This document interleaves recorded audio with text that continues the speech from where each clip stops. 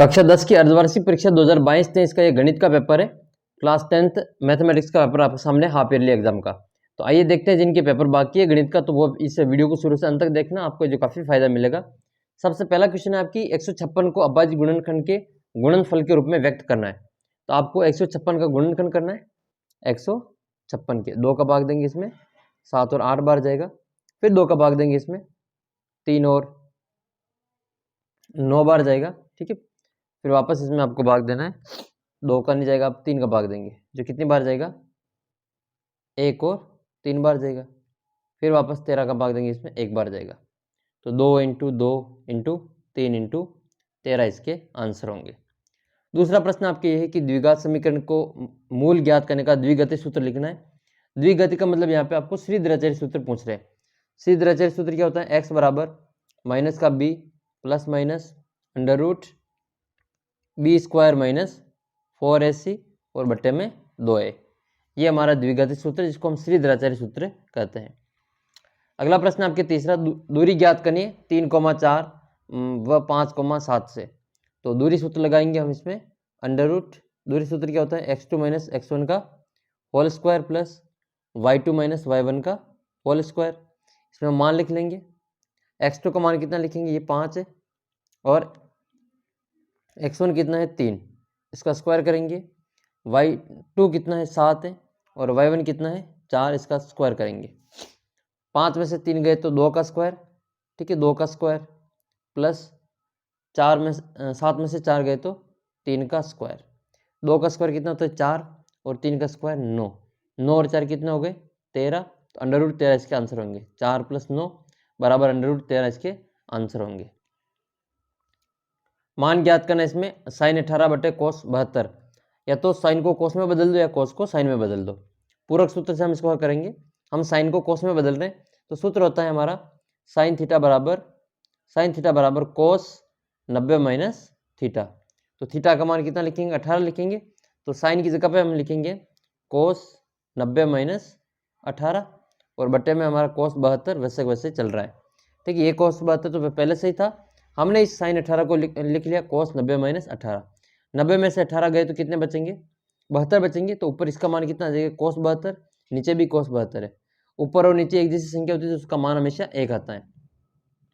तो ये आ जाएगा हमारा कोस 72 बटे कोस 72 बराबर, इसका उत्तर कितना आ जाएगा 1। वृत्त के एक बिंदु पर कितनी स्पर्श रेखाएं खींच सकते हैं। तो वृत्त के ऊपर कोई एक बिंदु है, ये मान लो यहाँ पे P बिंदु है, यहाँ पे एक P बिंदु है। इस P बिंदु से वृत्त के ऊपर कितनी स्पर्श रेखा खींच सकते हैं, तो इस P बिंदु से हम केवल एक ही स्पर्श रेखा खींच सकते हैं। तो इसका आंसर हो जाएगा हमारा 1। यदि P से O केंद्र वाले एक वृत्त पर P और PB दो स्पर्श रेखाएं 80 डिग्री के कोण पर झुकी हुई है, तो कोण AOB का मान आपको ज्ञात करना है।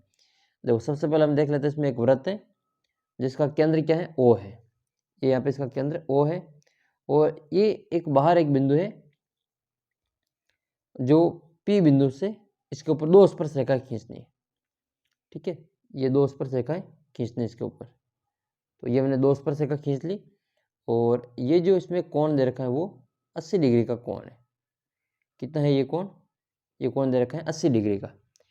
ठीक है, ये वाला कोण हमें दे रखा है 80 डिग्री। कितना है ये 80 डिग्री।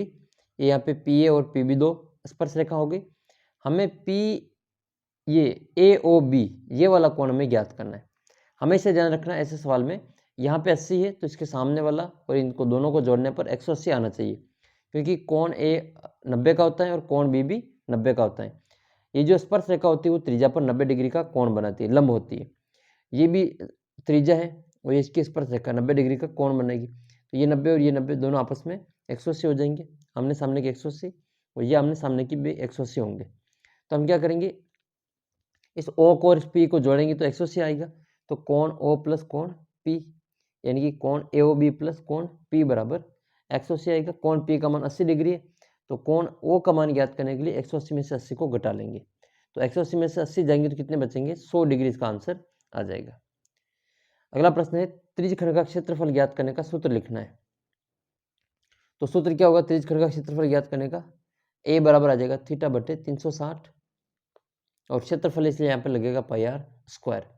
चाप की लंबाई होती है तो एल बराबर थीटा बटे 360 इंटू 2πr लिखते हैं। फिर आपके ये शंकु के चिन्ह का आयतन ज्ञात करने का सूत्र पूछा है। तो शंकु के चिन्ह का आयतन ज्ञात करने का सूत्र ये पिछले 2-3 पेपर में पूछा जा चुका है, आपके वापस आ सकता है। तो आपको याद कर लेना है शंकु के चिन्ह का सूत्र है।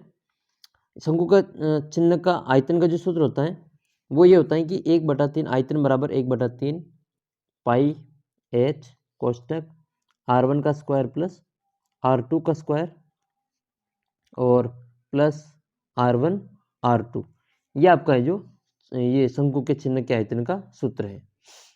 अगला सवाल आपके इसमें, किसी घटना की प्रायिकता शून्य हो, यदि किसी घटना की प्रायिकता शून्य हो तो उस घटना को क्या कहेंगे।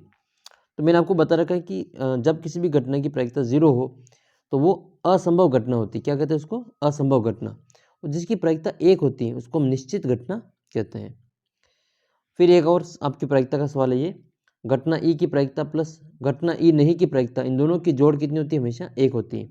किसी भी घटना के होने की प्रायिकता प्लस उस घटना के नहीं होने की प्रायिकता, इनका जो योग होता है वो हमेशा 1 होता है। ये ए के होने की प्रायिकता, ये ए के नहीं होने की प्रायिकता, इनकी जोड़ कितनी होगी? हमेशा 1 आएगी। फिर आपके एक सवाल दे रखा है, समांतर श्रेणी 3, 8 और 13, इसका 25वां पद ज्ञात करना है। तो 25वां पद ज्ञात करने के लिए nवां पद लगाएंगे। इसमें पहला पद कितना है? a बराबर तो आ जाएगा 3 और d बराबर कितना आ जाएगा? 8 में से 3 को घटा लेंगे, 8 - 3 बराबर 5 आ जाएगा। और n का मान कितना दे रखा है? इसमें 25 दे रखा है, n बराबर 25 हो जाएगा। ठीक है, फिर हम इसमें nवां पद का सूत्र लगाएंगे। nवां पद का सूत्र क्या होता है? an बराबर a plus n minus 1 into D. पहला पद कितना है? 3 प्लस n का मान कितना है? 25 माइनस और 1 इंटू डी का मान कितना लिखेंगे? 5 लिखेंगे। फिर यह आ जाएगा हमारा 3 प्लस 25 में से 1 घटाए तो 24, कितना आ जाएगा ये? 24 इंटू 5। अब इसमें क्या करना है? 24 को 5 से गुणा करके उसमें 3 जोड़ देना। तो 5 चौक 20, हासिल के 2, 5 दूनी 10 और 2 12, और इसमें से हम 3 और जोड़ देंगे तो 120 प्लस 3 कितने हो जाएंगे? 123 इसके आंसर आ जाएगा। अगला सवाल देखते हैं कि 8 के प्रथम 15 गुणज का योग ज्ञात करना है। 8 के प्रथम 15 गुणज का योग ज्ञात करना है। तो इसमें आपको SN वाला सूत्र लगाना पड़ेगा। 8 के प्रथम 15 गुणज कौन कौन से हो जाएंगे? ये होगा आपके 8, 16, ठीक है, यहाँ तक आपको संख्या लिख लेनी। तो ए का मान कितना आ जाएगा आपके? ए का मान 8 है और डी का मान भी कितना आएगा? 8, और एन का मान कितना है? 15। तो SN वाला सूत्र लगेगा इसमें। सबसे पहले हम इसमें ए बराबर लिख लेते हैं। ए बराबर 8 है और एन बराबर 25 है और डी बराबर कितना है? डी बराबर आपके 8 है। गुणज है तो 8 के अंतर होगा। फिर इसमें हम SN का सूत्र लगाएंगे। SN बराबर सूत्र होता है n/2 कोष्टक 2a plus n minus 1 into D. इन सब का मान लिख लो। इसमें n की जगह कितना लिखेंगे? n की जगह लिखेंगे 25, सॉरी 15, n की जगह 15 है, 25 नहीं, यहाँ पे n की जगह पे 15 है। तो 15/2 कोष्टक 2 इंटू पहला पद कितना है? 8 प्लस n का मान कितना है? 15 माइनस 1 इंटू डी का मान कितना है? डी का मान 8 है। ठीक है, ये वाला इसको हल करेंगे तो सबसे पहले इनको गुणा कर लेंगे, इनको घटा लेंगे, फिर 8 से गुणा करेंगे। तो ये हो जाएगा 15/2 इंटू 8 दूनी 16 प्लस 14 को 8 से गुणा करेंगे, ठीक है, और फिर दोनों को जोड़ के 2 का भाग देके 15 से गुणा कर लेना। ये फिर आपके रचना वाला सवाल तो हर बार ही आएगा। ये 7.5 सेमी लंबा रेखाखंड खींचना है, उसको 2:3 में विभाजित करना और दोनों को वापस मापना भी है। तो ये तो आपके हर बार पूछा जाता है, आपको इम्पोर्टेंट है, ये तो याद कर लेना इसको, मतलब 1-2 बार कर लेना, इसको आ जाएगा। त्रिज्या दर की 4.2 सेमी और धातु के गोले को पिघालकर 6 सेमी वाले बेलन के रूप में इसको डाला जाता है। तो बेलन की ऊंचाई ज्ञात करनी, क्या करना पड़ेगा इसमें? सबसे पहले इसमें हम गोले का आयतन ज्ञात करेंगे, गोले का आयतन, और बराबर में हम फिर बेलन का आयतन करेंगे। तो गोले का आयतन बराबर बेलन का आयतन करेंगे, और गोले के आयतन के लिए इसमें आर दे रखा है, आर बराबर 4.2 लेनी है। और बेलन की त्रिज्या आपको इसमें दे रखी है, कितनी है? बेलन की त्रिज्या दे रखी है इसमें आपके 6 सेंटीमीटर, आर बराबर इसमें 6 सेंटीमीटर है। इसमें आपको एच का मान ज्ञात करना है, तो पक्षांतरण करके h का मान इसमें आ जाएगा। 15 नंबर का सवाल आपके 15वां। एक थैले में 3 लाल और 5 काली गेंदें। इस थैले में से एक गेंद को यादृच्छिक निकाला जाता है। इसकी क्या प्रायिकता है कि वो गेंद लाल है और लाल नहीं है। तो लाल होने की प्रायिकता में कुल कितनी होगी 8। तो लाल कितनी है 3/8। लाल नहीं मतलब 3 को छोड़ दें तो कितनी बचेगी 5। तो लाल नहीं होने की प्रायिकता 5/8 हो जाएगी। एल्गोरिथम विभाजन का प्रयोग करते हुए 135 और 225 का आपको HCF ज्ञात करने। ये एल्गोरिथम विभाजन आपको आती है तो ठीक है, बाकी आप गुणनखंड विधि से इसको कर लेना। फिर नेक्स्ट आपके एक द्विघात बहुपद दे रखा है x² + 7x + 10। इसके शून्य ज्ञात करने। फिर शून्य को और गुणांकों में आपको सत्यता की जांच करनी है। तो सबसे पहले इसके शून्य क्या होंगे वो देख लेते हैं। 5 दूनी 10 हो जाएगा 7x की जगह पे, तो ये हो जाएगा x² + 5x + 2x + 10। इसमें से x कॉमन आ जाएगा, यहाँ बचेगा हमारा x + 5। इधर हम 2 कॉमन लेंगे, यहाँ आएगा x + 5, x + 2 और यह आ जाएगा हमारा x + 5। तो बताओ इसमें x का मान कितना आएगा -2 और -5। ठीक है, ये दोनों अपने x के मान आ जाएंगे। एक का मान अल्फा बराबर तो -2 है और बीटा बराबर -5।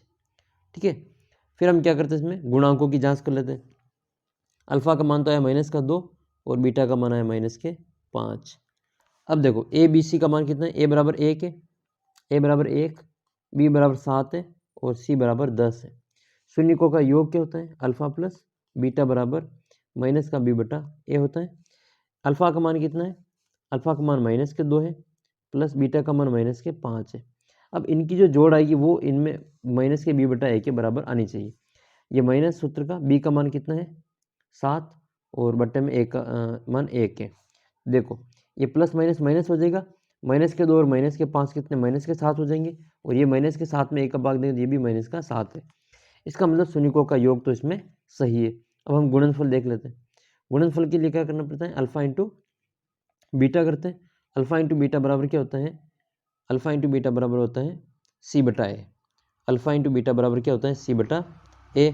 अल्फा का मान कितना है -2 इंटू बीटा का मान कितना है -5 और c का मान कितना है 10 और बटा a का मान कितना है 1। -2 और -5 को गुणा करेंगे तो +10 हो जाएंगे और +10 में 1 का भाग देंगे तो ये भी +10 ही आएगा।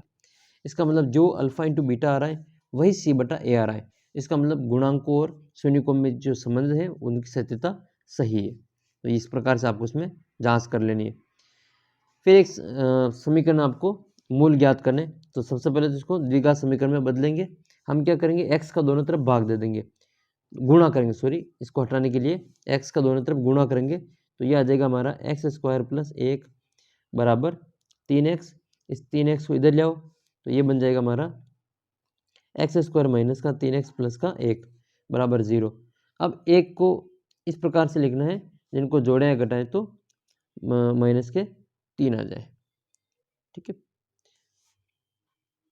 तक तो हम गुणनखंड करते आ रहे थे जिसमें इस 1 के टुकड़े करते थे। ठीक है, तो जिसको जोड़ें या घटाएं तो ये x वाली संख्या आ जाए। अब हमारे पास में ऐसी कोई संख्या है ही नहीं, 1 के क्या टुकड़े करें, ये तो खुद ही 1 एकम 1 है। अब इसकी क्या टुकड़े करें कि जोड़ें या घटाएं तो 3 आ जाए। तो अब क्या यहाँ पर गुणनखंड विधि फेल हो जाती है।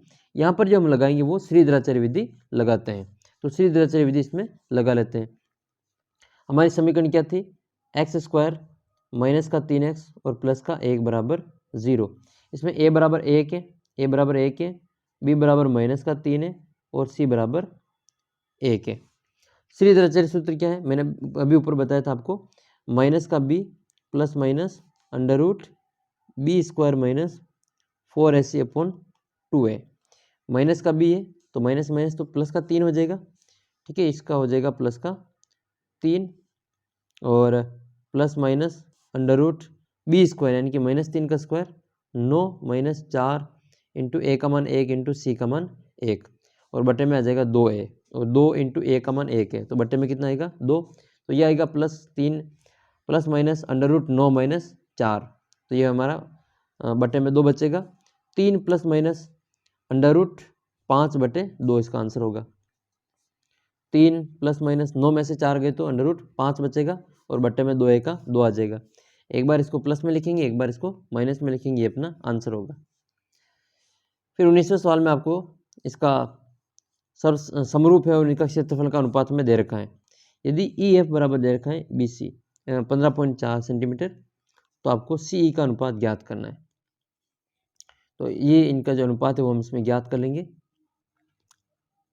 ये तो हो जाएगा 8 और ये हो जाएगा हमारा 11, 8 अनुपात 11 हो जाएगा। फिर ई एफ का मान दे रखा है 15.4, तो वो अनुपातिक ए बी ए डी बटे डी बी बराबर ए ई बटे ई सी से हम इसको ज्ञात कर लेंगे। ये वही सवाल है जो हमने पिछली बार भी किया था। ये सवाल भूमि के एक बिंदु से मीनार के पाद बिंदु पर 30 मीटर की दूरी पर है। मीनार के शिखर का उन्नयन कोण 30 डिग्री है, तो आपको मीनार की ऊंचाई ज्ञात करनी है। तो ये वही सवाल है, ये मीनार की ऊंचाई है एच, इसमें 10√3 उतर आते हैं, वही सवाल है ये।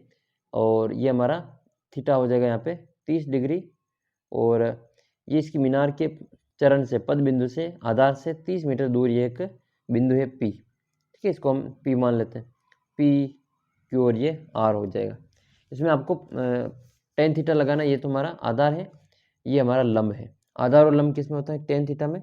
ये हो जाएगा टेन थीटा बराबर लंब बटे आधार। थीटा की जगह कितना लिखेंगे? 30 लिखेंगे। लंब की जगह पे एच आ जाएगा और आधार की जगह पे 30 आ जाएगा। टेन 30 का मान कितना होता है? 1/√3 बराबर एच बटा 30 हो जाएगा। आगे की स्टेप में यह आ जाएगा 1/√3 बटे बराबर एच बटे 30।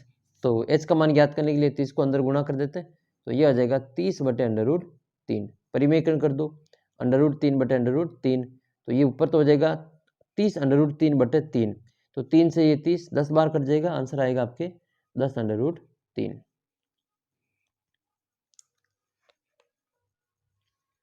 फिर ये 21वां सवाल है, एक वृत्त की परिगत चतुर्भुज है ABCD, सिद्ध करना है कि AB + CD बराबर AD + BE, ये आपको इसमें सिद्ध करना है।